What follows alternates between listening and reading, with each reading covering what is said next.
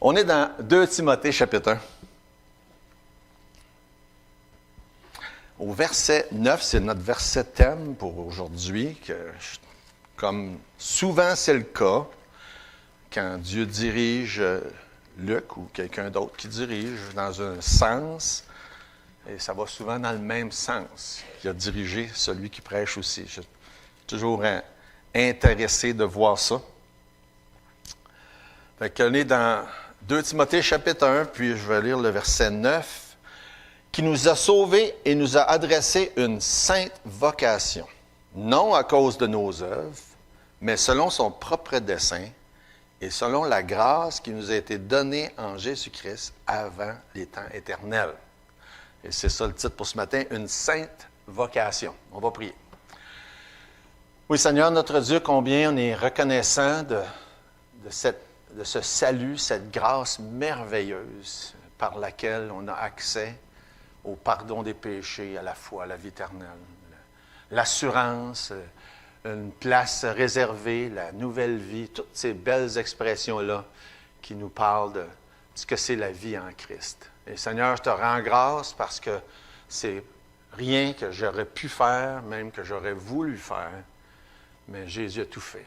Et c'est un salut extraordinaire, merveilleux. On t'en rend grâce. On te prie que tu manifestes ta grâce de plus en plus parmi les tiens, puis aussi parmi qui que ce soit qui n'a pas encore cru, qui n'a pas encore placé sa foi en Jésus. On te prie, Seigneur, de toucher les cœurs, d'amener au salut et à la vie éternelle. C'est en nom précieux de notre Sauveur qu'on t'adresse cette prière. Amen.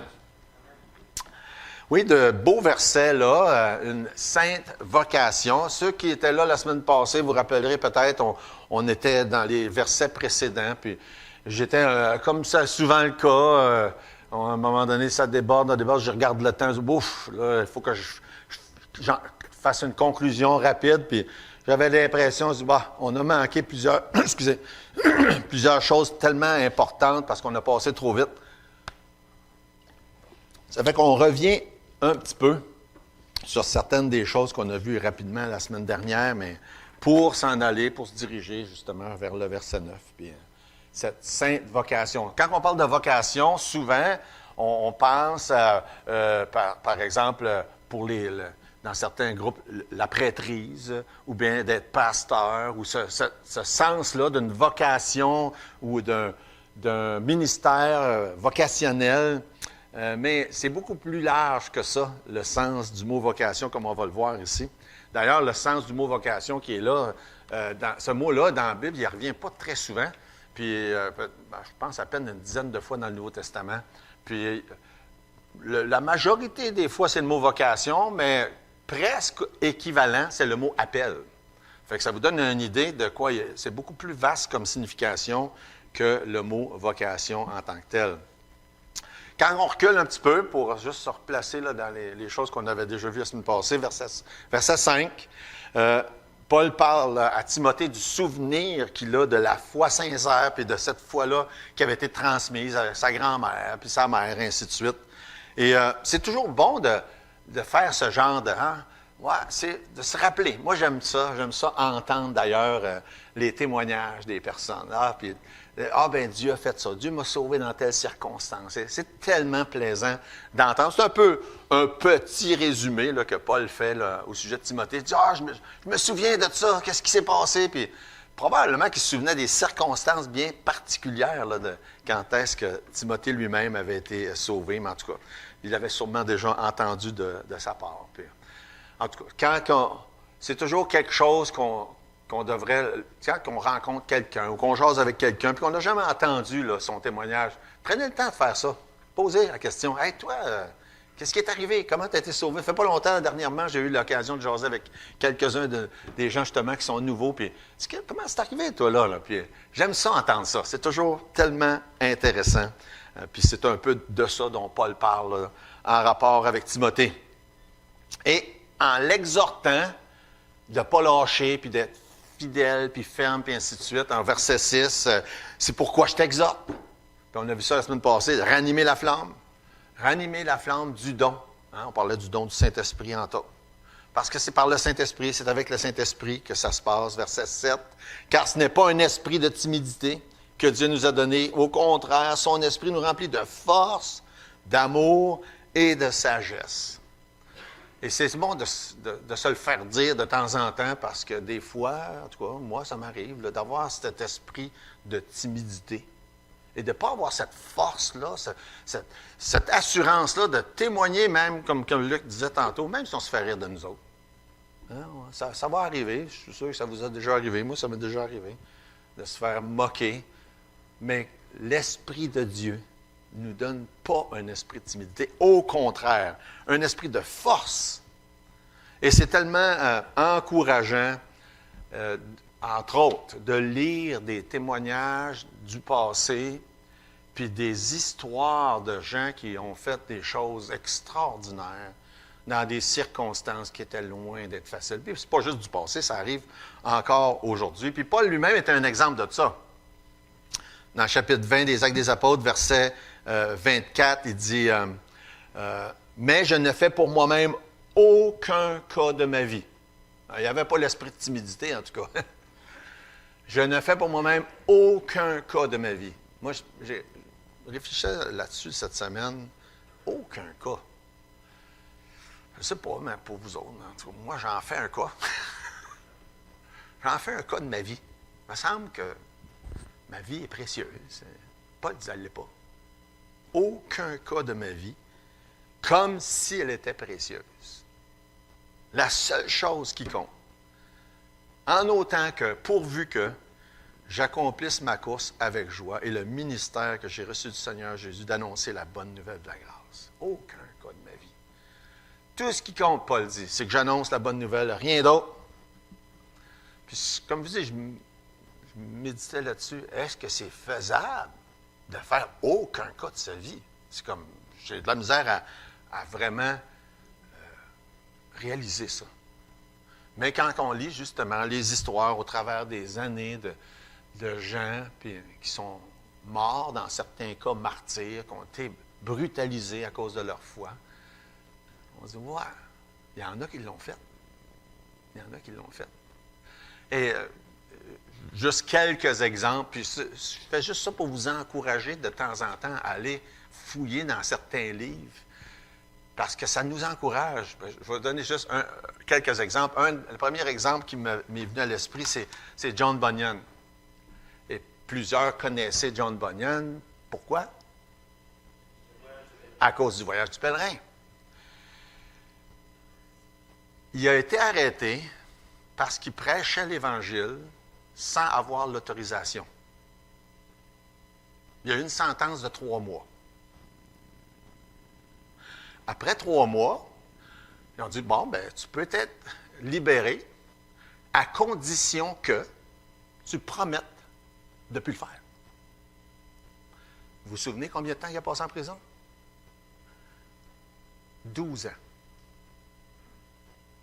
Après 3 mois, il répétait encore, on peut te libérer si tu promets que tu ne le feras plus. Il a été 12 ans en prison. Je ne me souviens pas comment est-ce que ça a fini, puis pourquoi il a été libéré après 12 ans, là, mais il reste que... Je ne pense pas que j'aurais toffé 6 mois. Aucun cas de ma vie. C'est certainement un bel exemple de ça. Plusieurs autres se sont succédés avec ce même genre de détermination-là dont Paul nous parle, dont il parle à Timothée, de cet esprit que Dieu nous donne, qui n'est pas un esprit de timidité, mais un esprit de force, de sagesse, qui est prêt à aller jusqu'au bout sans tenir compte des conséquences. Probablement plusieurs, quelques-uns au moins ont entendu parler de Jean Hus, un des martyrs dans l'histoire. Jean Hus, qui était un prêtre, qui s'est converti et qui lui aussi s'est fait imposer une sentence, puis aller jusqu'à la toute fin, on lui a demandé, est-ce que tu es prêt à te rétracter? Et la journée même qu'il devait subir sa sentence, puis pour ceux qui ne savent pas, il est mort brûlé vif sur un bûcher. On lui a attaché les mains derrière le dos, on a mis une chaîne autour de son cou, puis on a attaché la chaîne autour d'un poteau. Puis on a mis de la paille puis du bois autour. Puis on lui a posé la question. Es-tu prêt à te rétracter? Et évidemment, il ne s'est pas rétracté. Il ne faisait aucun cas de sa vie. Aucun cas de sa vie. Encore là, quand je dis ça, ça m'impressionne. Et on nous dit que au moment où est-ce qu'il était sur le point d'allumer le feu, il a dit les paroles suivantes. « Dieu est mon témoin, ce dont on m'accuse, je n'ai jamais dit, parce qu'on l'accusait d'être un hérétique. Pour la vérité de l'Évangile que j'écris, j'ai enseigné, j'ai prêché, en puisant dans les paroles du Saint-Docteur, je suis prêt à mourir aujourd'hui. » Aucun cas de sa vie. Et juste quelques autres exemples. Quelques-uns, on l'a déjà mentionné, parce que dans les cours d'histoire des baptistes en Amérique, puis au Canada, puis au Québec, c'est une des histoires qu'on nous raconte. Obadiah Holmes, aux États-Unis, au Massachusetts, qui lui aussi a été arrêté pour la même raison que John Bunyan, d'avoir prêché l'Évangile sans avoir l'autorisation. Et puis, quand on l'a arrêté, il était 2 personnes. Je ne me souviens plus l'autre exactement qu'est-ce qui s'est passé. Puis lui, on lui a dit qu'il devait payer une amende de 30, c'était attends, je l'ai écrit là, des livres à ce moment-là, au début de la colonie, dans les années 1600.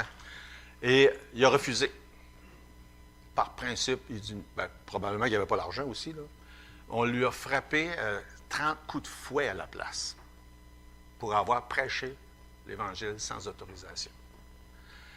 Et encore là, les anecdotes, on nous raconte qu'après ça, il leur a dit, bien, vous m'avez frappé avec des roses. Et je ne pense pas qu'il parlait des épines. On dit qu'il y avait la chair comme de la gelée dans le dos quand ils ont fini de le frapper avec les 30 coups de fouet. Je ne sais pas s'il y avait comme à l'époque des Romains, des morceaux de quelque chose dans le fouet, je ne me souviens pas.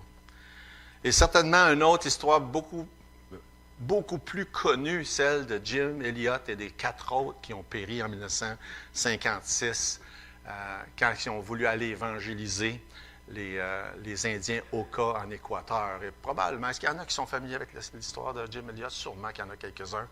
J'ai essayé de fouiller pour voir si le livre d'Elizabeth Elliot est en français. Est-ce que c'est en français? Il y en a-tu qui savent? Through Gates of Splendor. Je sais que c'est très, très connu en anglais, mais en tout cas, je n'ai pas trouvé. J'espérais, parce que j'aurais aimé ça vous le recommander. Et les noms des autres missionnaires, il y avait Nate Sant, Peter Fleming, Ed McCauley, puis Roger Youderian. Je pense que c'est important de les nommer. Ça avait fait les manchettes de tous les journaux dans le monde à l'époque, en 1956, quand après une longue préparation, ils voulaient évangéliser ces Indiens-là Oka qui vivaient dans la jungle et qui n'avaient jamais eu de contact avec les Blancs, puis ils les ont approchés graduellement, ils laissaient tomber avec un avion des pamphlets dans leur langue pour expliquer qu'est-ce qu'ils étaient pour faire, puis ensuite, jusqu'au jour où ils les ont approchés en personne pour la première fois et les 5 se sont fait tuer. Et il y a une parole, à chaque fois, je suis toujours ému quand je lis ça. Dans le livre d'Elizabeth Elliot, il y a une parole qu'elle cite de son mari qui est devenu très connu dans le monde. Ça dit, il n'est pas insensé celui qui donne ce qu'il ne peut pas perdre pour obtenir ce qu'il... Non, qui donne ce qu'il ne peut pas garder pour obtenir ce qu'il ne peut pas perdre. Et c'est une parole qui fait réfléchir. Ils ont donné leur vie, parce que la vie, elle dure seulement qu'un temps. Mais ils savaient qu'est-ce qui les attendait, la vie éternelle dans la suite. Et ça, ce sont quelques exemples de millions, je devrais dire, de personnes qui ont, comme Paul, réalisé que leur vie n'était pas si importante que ça. En autant que.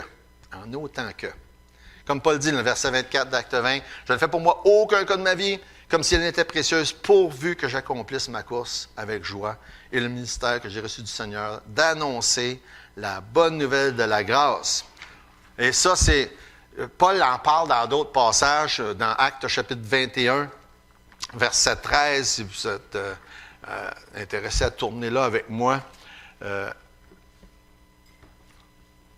Il dit au verset 13, dans Actes 21, des fois, on ne réalise pas vraiment l'ampleur de ces paroles-là. C'est des passages familiers. Où est-ce qu'il dit au verset 13, acte 21? Alors il répondit, « Que faites-vous en pleurant et en me brisant le cœur? Je suis prêt non seulement à être lié, mais encore à mourir à Jérusalem pour le nom du Seigneur Jésus. » Et de quoi il parle? Dans les versets précédents, il avait entendu parler qu'il y avait un danger si Paul allait à Jérusalem. Puis là, ils sont tous là en train de dire, « Paul, vas-y pas, vas-y pas, vas-y pas. » Il dit, « Qu'est-ce que vous faites là? Je suis prêt à y aller.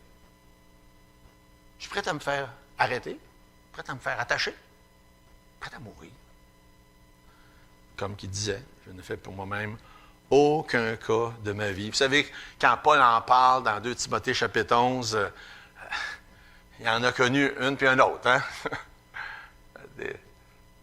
C'était loin de se limiter à se faire rire de nous autres, comme que ça peut nous arriver de temps en temps. 2 Corinthiens 11, verset 24. 5 fois reçu des Juifs, 40 coups moins 1. 3 fois battu de verge. 1 fois lapidé. 3 fois fait naufrage. Passé 1 jour et une nuit dans l'abîme. Fréquemment en voyage. En péril sur les fleuves.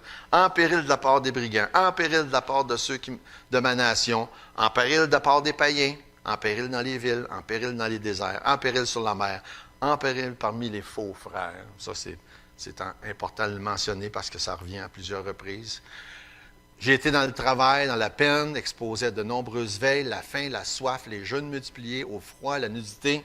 Et sans parler d'autre chose, je suis assiégé chaque jour par les soucis que me donnent toutes les églises. Et chaque fois, ça me fait sourire quand je vois ça. C'est comme si c'était le comble, les soucis que donnent les églises. Et je ne pense pas que c'est ça, mais il reste que c'est quand même... Ça me fait sourire à chaque fois que je vois ça. Après tout ce qui a enduré, bien, en plus, les églises me donnent des soucis. Mais Paul a expérimenté tout ça pourquoi? Parce qu'il ne faisait aucun cas de sa vie. Puis au chapitre suivant, c'est important de faire le lien dans le chapitre 12 de 2 Corinthiens. C'est là qui nous amène à réfléchir que, oui, ça peut arriver qu'on ait des moments pas faciles, des faiblesses même, des épreuves, des difficultés.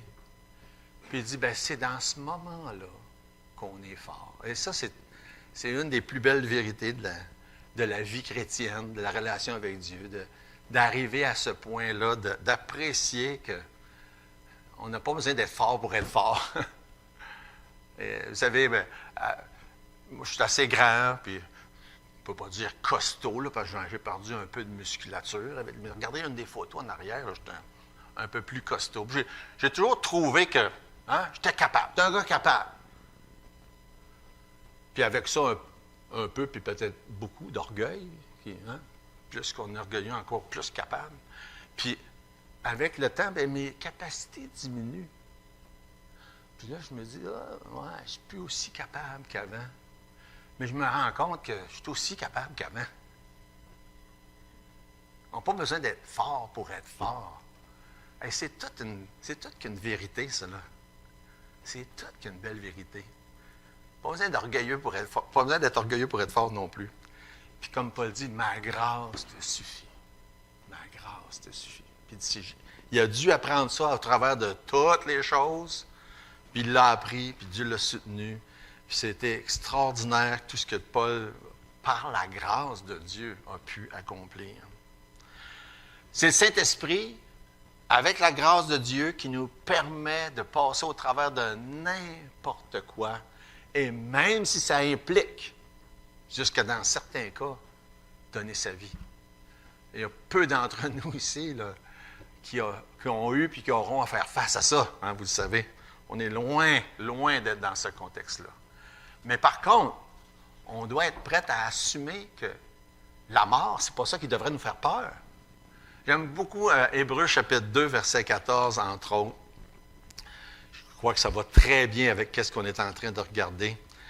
Dans Hébreux chapitre 2, verset 14, ça dit « Ainsi donc, puisque les enfants participent au sang et à la chair, il y a également participé lui-même, afin que, par la mort, il rende impuissant celui qui avait puissance de la mort, c'est-à-dire le diable. Ainsi, puis ce verset-là, là, m'a trotté dans la tête dernièrement. Ainsi, il délivre tous ceux qui, par la crainte de la mort, étaient toute leur vie retenus dans la servitude. De réaliser que, d'une part, qu'est-ce qui vraiment retient les gens dans la servitude? Là, on pourrait parler de n'importe quelle servitude. Par exemple, les faussetés, des faux enseignements, des faux docteurs, les fausses religions qui retiennent les gens dans la servitude par crainte de la mort. Puis, à peu près n'importe quel groupe religieux fait ça. Puis c'est pour ça que les gens sont incités à tolérer, puis à endurer, puis à faire n'importe quoi à cause de la crainte de la mort. Ça les garde dans la servitude. Mais il y a tellement d'images aussi que ça pourrait s'appliquer. Entre autres choses, je pense qu'une très bonne application de ça, c'est les dernières années qu'on vient de vivre de la pandémie mondiale où les autorités de plusieurs pays dans le monde ont maintenu les gens dans la servitude à cause de la crainte de la mort. Puis ils ont martelé, puis martelé, puis martelé ça. Puis il y a encore des gens qui ont peur. Mais l'autre côté de ça, c'est que on n'est pas supposé d'avoir la crainte de la mort. Je ne suis pas en train de dire qu'on ne doit pas respecter certaines règles, puis ainsi de suite. Là. Je ne veux pas commencer à tomber dans ça. Là. Mais je veux juste mentionner le point qu'on n'a pas à avoir peur de la mort. On n'a pas à avoir. Et on n'a pas à se restreindre dans la servitude, puis de l'inquiétude, puis « je ne devrais pas faire ci, puis je ne devrais pas faire ça. Pourquoi? Parce que j'ai peur, puis j'ai peur. » On n'a pas à avoir peur de la mort. Dieu dit que ceux qui n'ont pas d'espérance, ils sont tenus dans la crainte de la mort, puis dans la servitude. Et combien de gens ont cette notion-là aujourd'hui, d'avoir la crainte, la peur de la mort? Dans Romains chapitre 8, ça dit, verset 15, « Vous n'avez pas reçu un esprit de servitude pour être encore dans la crainte. » Il ne dit pas de la mort, mais ça pourrait certainement s'appliquer. Ou crainte de n'importe quoi. Crainte des représailles. Crainte de se faire rire de soi. Hein? On n'a pas reçu un esprit de servitude. On n'a pas reçu un esprit de timidité, mais un esprit de force, un esprit de sagesse. Et évidemment, c'est conditionnel au fait qu'on a reçu l'esprit. Et ça, il y a une espèce de balance qui doit y avoir dans le monde entier, que si on n'a pas reçu l'esprit, c'est tout à fait légitime d'avoir la crainte. On doit avoir la crainte. Mais si on a l'Esprit de Dieu, on n'a pas à avoir la crainte. On n'a pas reçu un esprit de timidité pour être encore dans la crainte. Et je pose aussi la même question que tantôt vous êtes peut-être posée. Est-ce que tu as reçu cet esprit? Est-ce que tu as placé ta foi en Jésus? Est-ce que tu sais sans l'ombre d'un doute que tes péchés sont pardonnés parce que tu as cru dans le fait que Jésus a fait ce qu'il avait à faire et tu n'as rien d'autre à faire? Ça, c'est les questions les plus importantes qui existent. Ça dit dans 1 Jean chapitre 4, un autre beau passage qui parle de ça, ça dit « La crainte n'est pas dans l'amour, mais l'amour parfait bannit la crainte. » On n'a pas à avoir la crainte si on connaît l'amour de Dieu. On doit lui faire confiance pour tout ce qui se passe. Si tu as le Saint-Esprit, avec le Saint-Esprit, tu n'as pas peur de la mort.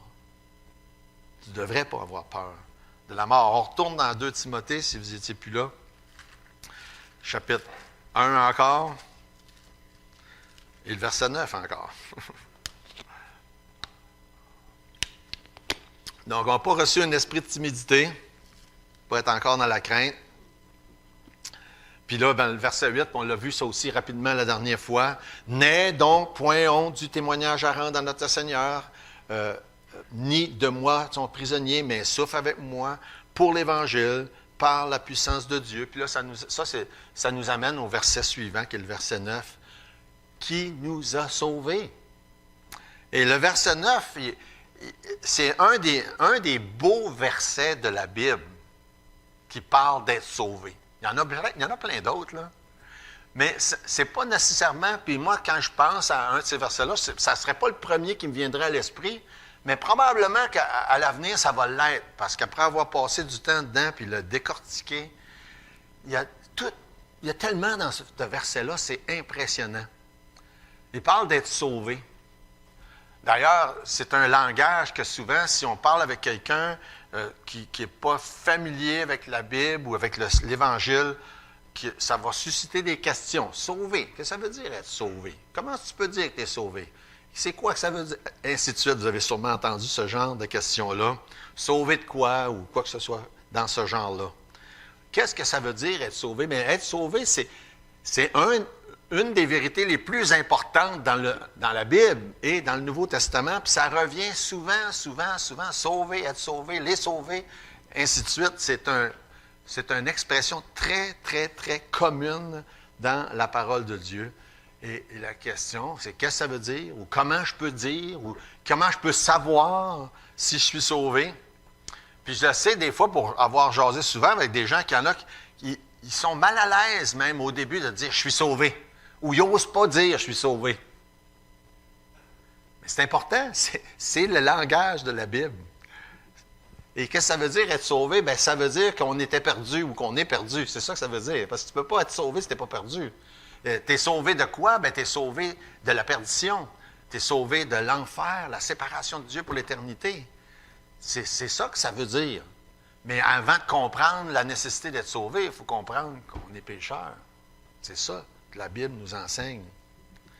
Et Paul dit dans 1 Timothée, chapitre 1, verset 15, je pense qu'il résume bien tout ça. Il dit, c'est une parole certaine, entièrement digne d'être reçue, que Jésus-Christ est venu dans le monde pour sauver les pécheurs, dont je suis le premier. Hein? Puis je pense qu'on pourrait pas mal tout lever notre main. Hein? Je suis le premier, je suis le premier, je suis le premier. En parlant de premier, il veut dire comme le plus grand. Et Paul dit, regarde, Jésus est venu dans le monde pour ça, là, sauver des pécheurs. Il n'est pas venu sauver des gens qui n'avaient pas besoin d'être sauvés. Là. Mais ce qui arrive, c'est que les gens ne réalisent pas, ils ont tous besoin d'être sauvés. Tous ont péché et sont privés de la gloire de Dieu. Paul dit, Jésus est venu pour ça. Si les gens n'étaient pas pécheurs, Jésus n'aurait pas eu besoin de mourir. C'est assez simple. Jésus est mort, sauver des pécheurs. Puis Paul se reconnaît pécheur. Puis moi, je me reconnais pécheur. Puis je posais la question, j'espère que la majorité, sinon tout le monde, dirait, moi, je me reconnais pécheur. C'est essentiel. C'est nécessaire pour pouvoir être sauvé. Hein? Jésus est venu sauver des pécheurs, des perdus. Fait que quand Jésus est venu sur la terre, les personnes religieuses, est-ce qu'ils étaient attirés vers Jésus? Pas du tout. Ils ne se voyaient pas pécheurs. Ils ne voyaient pas leur besoin d'être sauvés. Et on regardait justement ça mercredi passé ici dans notre méditation. Là, je suis en train, je l'ai-tu écrit? Je pense que je ne l'ai pas écrit. C'est dans quel passage? Il faut que je m'en revienne. En tout cas, ça dit les publicains et les gens de mauvaise vie s'approchèrent tous de Jésus. Je ne me souviens plus quel passage. Les publicains et les gens de mauvaise vie s'approchèrent tous de Jésus. Et c'est quelque chose de réaliser ça. Les personnes religieuses, eux autres, ils ne s'approchaient pas de Jésus. Les publicains, bien, c'était les collecteurs d'impôts qui étaient des croches malhonnêtes, puis qui volaient le peuple, puis faisaient profiter les Romains, puis ils se remplissaient les poches. Fait qu'ils n'étaient pas tout à fait les gens les plus honnêtes et bien vus dans la société. C'était les gens qui étaient attirés d'aller à Jésus. C'est intéressant de constater ça. Puis Zachée, c'est un exemple de ces gens-là. Et c'est des gens qui se voyaient pécheurs. Ils voyaient leurs besoins. Ils voyaient qu'ils avaient besoin de Jésus. C'est intéressant de constater ça. Mais les personnes religieuses, eux, pas intéressés. Fait que comme ça dit dans le verset 9, il nous a sauvés. Dans Éphésiens 2,5, ça dit, nous qui étions morts par nos offenses, il nous a rendus vivants avec Christ. C'est par la grâce que vous êtes sauvés. 1 Timothée 2,4, qui veut que tous les hommes soient sauvés et parviennent à la connaissance de la vérité. Éphésiens 2,8, c'est par la grâce que vous êtes sauvés. Par le moyen de la foi, cela ne vient pas de vous, c'est le don de Dieu. Fait que si quelqu'un réalise qu'il a besoin d'être sauvé, puis que réalise que Jésus a fait ce qu'il fallait, puis place sa foi en Jésus, c'est tout ce que tu as à faire. La seule chose. Croire. En réalité, ça dit deux choses là, dans Jean 1, entre autres, parce que ça parle, on l'a justement mentionné tantôt. Recevoir. Hein? Recevoir, croire. Ce n'est pas des œuvres, ce n'est pas des actions, mais c'est un éthos qui était prêt à réaliser. Je suis perdu. Jésus a fait ce qu'il avait à faire. J'ai juste à recevoir le don, le cadeau de la vie éternelle qu'il me donne. Il nous a sauvés et nous a adressé une sainte vocation. Une sainte vocation. Et comme j'ai mentionné tantôt, là, dans plusieurs passages, ce mot-là, le même mot traduit appel. Et parfois, l'appel est en lien avec le salut, parfois c'est en lien avec le service. Dépendamment des contextes. Il nous a sauvés, il nous a donné une sainte vocation ou un saint appel parce que ça vient de Dieu. Ça ne vient pas de nous autres. Et ce qui est intéressant et qui est important de noter, pour être sauvé, ce n'est pas nécessaire de comprendre tout ça. On n'a pas besoin de comprendre la partie, puis les grands débats théologiques de quelle part c'est la partie de Dieu dans sa souveraineté, puis quelle part est la partie de la responsabilité humaine. On n'a pas besoin de comprendre ça pour être sauvé. On a juste besoin de croire. Juste besoin de croire. Éventuellement, Dieu nous éclaire sur certaines de ces choses-là. Puis encore là. Encore là. On se rend compte qu'au travers des années, que les divergences d'opinion parmi les gens sauvés restent sur certaines de ces grandes vérités-là. Mais on a besoin de croire. Mais par contre, il y a tellement de beaux passages. Quand ça parle de la vocation ou de l'appel, ça vaut la peine d'en lire quelques-uns. Dans Éphésiens chapitre 1, je pense que on peut pas, c'est un incontournable, comme on dit. Verset 4, « En lui, Dieu nous a élus avant la fondation du monde pour que nous soyons saints et irréprochables devant lui. Il nous a prédestinés dans son amour à être des enfants d'adoption par Jésus-Christ, selon le bon plaisir de sa volonté, pour célébrer la gloire de sa grâce dont il nous a favorisés dans le bien-aimé. En lui, nous avons la rédemption par son sang, le pardon des péchés, selon la richesse de sa grâce, que Dieu a répandu abondamment sur nous par toute espèce de sagesse et d'intelligence, nous faisant connaître le mystère de sa volonté selon le bienveillant dessein qu'il avait formé en lui-même. Et on ne peut pas faire autrement que voir Dieu à l'œuvre dans ça. C'est Dieu, c'est son œuvre souveraine, tout au long du début jusqu'à la fin. Romains chapitre 8, verset 29. « Car ceux qu'il a connus d'avance, il les a aussi prédestinés, et être semblables à l'image de son Fils, afin que son Fils soit le premier-né de plusieurs frères. Et ceux qu'il a prédestinés, il les a aussi appelés. » Ça, c'est la même expression qu'on retrouve dans 2 Timothée 1 quand il parle de la vocation. Et ceux qu'il a appelés, il les a aussi justifiés. Ceux qu'il a justifiés, il les a aussi glorifiés. Et il y a des dizaines et des dizaines de passages comme ça. Puis qu'est-ce qui est particulier avec 2 Timothée 1, 9? C'est comme s'il met, bon, il nous a sauvés. Il nous a appelés. Puis il met une autre couche, puis une autre couche, puis une autre couche pour être sûr que ça soit clair pour tout le monde. Fait qu'il nous a sauvés. Il nous a adressé une sainte vocation ou un appel, non à cause de nos œuvres, une autre couche. Hein? Vous voyez, c'est comme dans les autres beaux passages, soit Tite 3, 5 ou bien Éphésiens 2, 8 et 9. Même chose. Sauvé par la foi, sans les œuvres. Dans Éphésiens 2, 9 ou dans Tite 3, 5. Sauvé, sainte vocation, pas par les œuvres. Il n'y en a pas d'œuvre à faire. Il n'y en a pas d'œuvre qu'on pourrait faire. Il n'y en a pas d'œuvre qu'on est capable de faire. C'est pour ça qu'il n'y a aucune œuvre. Puis en plus, il rajoute une autre couche dans le même verset, quand il dit « selon son propre dessein ». Est-ce qu'il y a quelque chose d'humain dans ça? Non. Ça vient de Dieu à chaque étape, selon son propre dessein, son plan, C'est lui le dessinateur. C'est lui qui a planifié. C'est lui qui a orchestré. D'ailleurs, encore là, c'est la même signification que le mot vocation.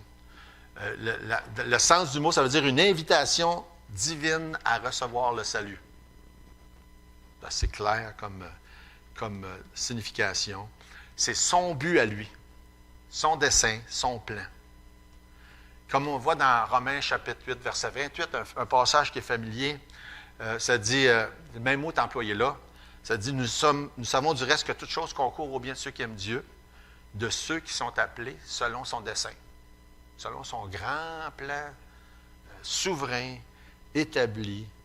Et dans Éphésiens chapitre 1 aussi, verset 11, ça dit, « En lui, nous sommes aussi devenus héritiers, ayant été prédestinés suivant la résolution. » Ça, c'est le même mot dessein qui est là dans 2 Timothée 1, 9.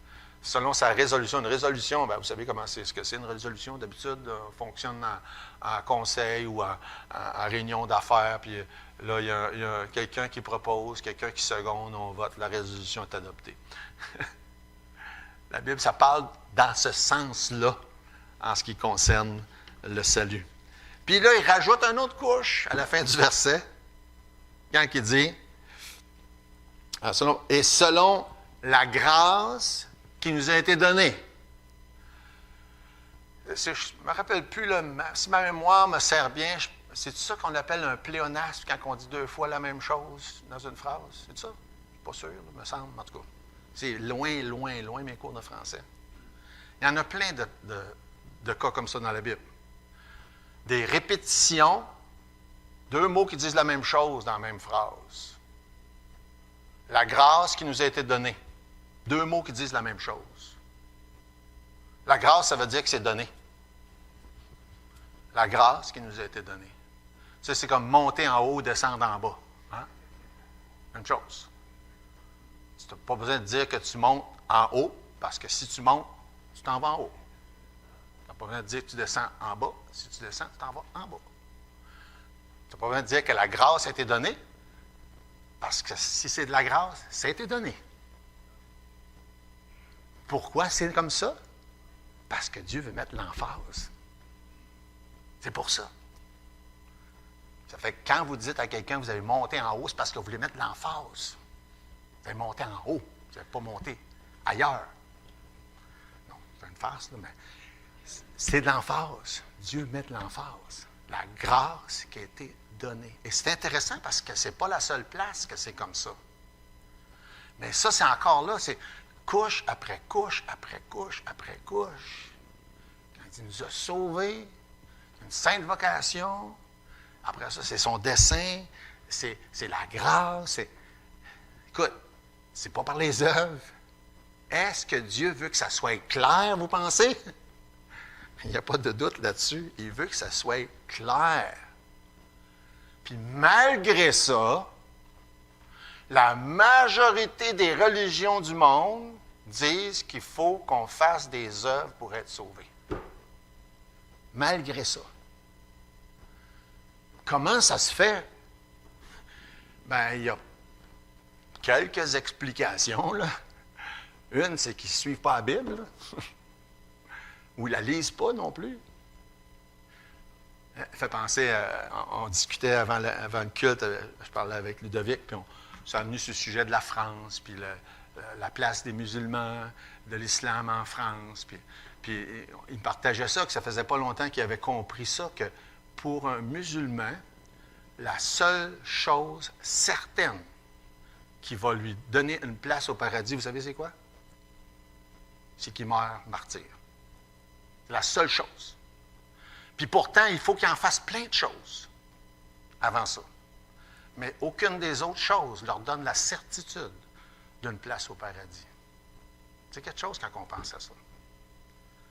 Hein? Pourtant, évidemment, eux, ce n'est pas la Bible qui est leur première source pour ce qui concerne leur croyance. Mais il y a beaucoup de groupes religieux qui s'identifient comme chrétiens qui font la promotion d'un message où il faut faire des œuvres pour être sauvé. Pourtant, c'est si clair dans la Bible. Puis, comme je disais tantôt, si il y a un verset que c'est clair, c'est bien celui-là. Il n'y a absolument absolument aucun doute sur qu'est-ce que le message que Dieu veut qu'on comprenne dans ça. Hein, il y a 5 expressions là, dans le verset. Là. 5 expressions pour nous amener à réaliser c'est uniquement l'œuvre de Dieu. Évidemment, tout ce qu'on a à faire, c'est croire, mais c'est lui qui fait, qui agit dans tout ce qui est fait. Dans Romains 5,15, je vais donner un autre exemple de cette expression-là, 2 fois dans le verset 15. Mais il n'en est pas du don gratuit, hein? Un don gratuit, c'est un don, c'est gratuit, encore là, en double, pourquoi? Pour mettre l'emphase, comme de l'offense. Car si par l'offense d'un seul, il y en a beaucoup qui sont morts, à plus forte raison, la grâce de Dieu.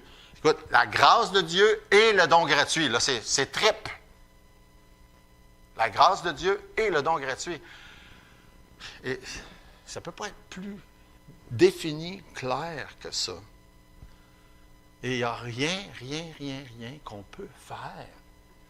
Parce que si on fait quelque chose, c'est plus un don, puis c'est plus gratuit. C'est pas compliqué, là. Même chose que des fois, ça arrive, là, on donne de quoi à quelqu'un, puis il y a des gens qui se sentent bien mal à l'aise, puis ils disent « Ah non, il faut absolument que... » Non, tu ne me donnes rien, là. Je te l'ai donné. Hein? Je ne sais pas si ça vous a déjà arrivé, ça m'est déjà arrivé. Là, c'est des gens qui ont de la misère à ça, à recevoir quelque chose. Non, regarde, si c'est donné, tu n'as pas besoin de donner rien. Tu ne payes pas. C'est gratuit. C'est comme ça. C'est ça le salut, c'est gratuit. Ça fait penser à une des histoires dans les Actes des Apôtres où c'est Simon, je ne sais pas s'il y avait un autre nom, en tout cas, Simon, ça dit au verset dans Acte 8. Il a vu que le Saint-Esprit était donné par l'imposition des mains des apôtres. Puis là, il a dit, « Hey, ça coûte combien, ça? Moi aussi, je serais intéressé de pouvoir aller mettre mes mains à ces gens. » Puis, il dit, « Comment ça coûte, ce don-là? » Spécial comme expression. Mais vous savez, il y a beaucoup de gens qui pensent ça encore aujourd'hui. Là. Si tu donnes assez, là, tu vas avoir une place au ciel. Si tu ne donnes pas assez, tu n'en auras pas. Là. Je me suis rappelé de la réponse de Pierre. Il dit, « Que ton argent périsse avec toi, puisque tu as cru que le don de Dieu s'acquérait à prix d'argent. » C'est sévère, mais c'est ça. Le don gratuit de la grâce de Dieu. Dans le verset, toujours dans 2 Timothée chapitre 1, verset 9. Selon la grâce qui nous a été donnée en Jésus-Christ avant les temps éternels. Dieu a tout orchestré, planifié, tout fait ce qu'il y a à faire, puis il se tourne vers chacun et dit, est-ce que tu crois? Puis je peux juste imaginer, puis ça, mon imagination est très fertile, des fois c'est bon, des fois c'est moins bon, puis que quand quelqu'un va arriver au ciel, puis que c'est juste une image, puis que Dieu va faire parader les gens devant lui, va dire, « Qu'est-ce que tu as fait de mon fils Jésus? T'as-tu cru? T'as-tu reçu? Ou bien tu l'as ignoré, l'as méprisé, puis tu as juste été indifférent? » Il ne demandera pas, « T'as-tu fait ci, t'as-tu fait ça, t'as-tu été bon, t'as-tu pratiqué une religion, t'as-tu fait des œuvres? » Non, parce que le message, c'est un don gratuit. Le verset suivant, puis là, je termine avec ça, et qui a été manifesté maintenant par la venue de notre Sauveur Jésus-Christ, qui a réduit la mort à l'impuissance. C'est pour ça qu'on ne doit pas avoir peur de la mort. Il a réduit la mort à l'impuissance et mis en évidence la vie par l'immortalité de l'Évangile. Je l'ai mal lu. Il a mis en évidence la vie et l'immortalité par l'Évangile. Quelle belle déclaration, ça aussi. Mis en évidence la vie et l'immortalité par l'Évangile. Il n'y a rien d'autre. C'est l'Évangile, le message de la grâce. Jésus qui est mort, enseveli, ressuscité le 3e jour selon les Écritures. Et de croire que c'est suffisant, qu'il n'y a rien d'autre à faire. Le don gratuit de la grâce de Dieu. Puis je reviens avec les mêmes questions que tantôt. Est-ce que tu as cru? Est-ce que tu as cette assurance-là d'avoir l'immortalité à cause du message de l'Évangile? Tu n'as pas peur de la mort aujourd'hui? Ou bien si tu as peur de la mort aujourd'hui, est-ce que c'est justement parce que tu n'as pas encore mis ta foi en Jésus? Tu ne devrais pas te coucher à soir sans avoir peur, sans avoir réglé cette question-là. Tu dis, hey, non, aujourd'hui, je peux me coucher, dormir tranquille, j'ai plus peur de la mort parce que j'ai reçu le don gratuit de la grâce de Dieu en Jésus. Il n'y a rien de plus extraordinaire, pas de plus beau cadeau, pas de plus beau don que ça. Et la seule manière de la recevoir, c'est par la foi, en croyant. On va prier. Seigneur notre Dieu, on te remercie pour tes bienfaits, pour ton amour, ta fidélité, pour ta grâce merveilleuse et ce beau don gratuit de la vie éternelle en Jésus. Merci, Seigneur. Je te prie que ta parole puisse pénétrer profondément dans nos vies, dans nos cœurs, pour quelques-uns, qui que ce soit de tes enfants, qu'on vive avec pas cet esprit de timidité-là, mais un esprit de force, sans avoir aucune crainte, de ne pas faire aucun cas de sa vie, mais d'être prête à témoigner le nom béni de notre Sauveur dans toutes les circonstances. Et s'il y a qui que ce soit qui n'a pas encore reçu Jésus comme Sauveur, qui a la crainte de la mort, bien, je te demande, Seigneur, de amener à la repentance, amener à la conviction, puis au salut par la foi. Dans notre Jésus, amen.